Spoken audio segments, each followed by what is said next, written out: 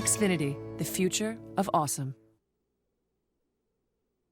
Tonight from our southern border, the Washington Post detailing a recent surge of Central American migrant families crossing into the U.S. illegally in El Paso, saying U.S. Border Patrol agents have detained more than 70,000 migrants just last month. Tonight, the debate over the president's border wall and his emergency declaration is testing party loyalty. Correspondent Leland Vittert is here with the latest. Hey, Leland. Well, evening, Shannon. The showdown is upon us, setting up the first veto by President Trump. And perhaps most stunning is that he has a Republican to thank for it. Even more noteworthy, a Republican he plays golf with, Senator Rand Paul, who says the president's emergency declaration on the southern border is a bridge too far. Most of us think it would be emergency if, there's a television show where the State of the Union, everything blows up and everybody dies. That would be an emergency. People incapacitated by anthrax, that's an emergency. But wanting to fund something that Congress wouldn't give you the money for, I think really doesn't. The junior senator from Kentucky joined Susan Collins of Maine, Lisa Murkowski of Alaska, and Thom Tillis of North Carolina in opposing the president. Add them to the 47 senators who caucus with the Democrats against the national emergency, and it passes the Senate. I think what is clear in the Senate is there will be enough votes to pass the resolution of disapproval, which will then be vetoed by the president. This is the math that Mitch McConnell is counting on. Even with the 4 Republican senators seen as possible additional defectors, it's nowhere near close enough to the 67 votes in the Senate needed to override a veto. And the original resolution in the House passed with 245 votes, well short of the 285 needed to override the promised veto. America's southern border must be urgently and very strongly secured. We fight wars 6,000 miles away. We spend billions and billions of dollars, but we don't control our own border. President Trump didn't call his golfing partner out by name today, and Paul seemed to be looking forward to his 4th presidential outing. Yeah, I spoke to the president last night, and we had a good discussion. He says he understands where I'm coming from, and he didn't tell me we would never play golf again, so I don't know. I think we're okay.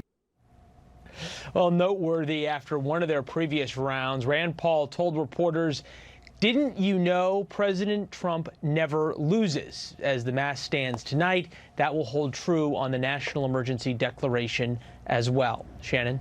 All right, Leland Vittert, thank you very much. Okay, so as Leland said, looks like we're about to see President Trump's first veto. So let's turn to the former Border Patrol chief under President Obama, Mark Morgan, and the Attorney General of Texas, Ken Paxton, to talk about what we're dealing with here. Gentlemen, welcome to you both. Thank you. Okay, so you saw Rand Paul there, Senator Paul. He wrote an op-ed for us saying, every single Republican I know decried President Obama's use of executive power to legislate. We were right then, but the only way to be an honest office holder is to stand up for the same principles no matter who is in power.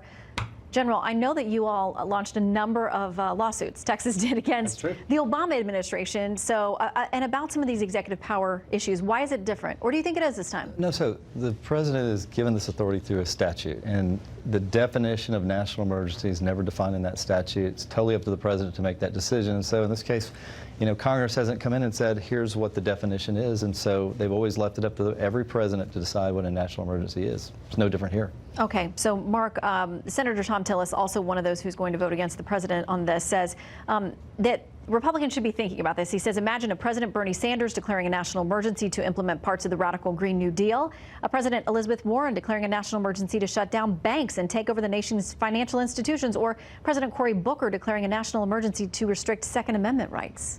Yeah, so Shannon, I'm not worried about that, because what I'm worried about right now, as well as the expert, is what's going on today at the southwest border, and that's what this national emergency is about. They can deal with that when that comes. But anybody, to include Rand Paul, he's got the issue shaped wrong. This is not about the president abusing of his authority to circumvent the Congressional Appropriations Authority.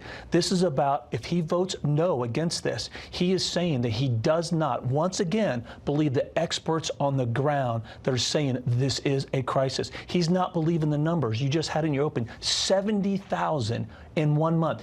Just do the math real quick.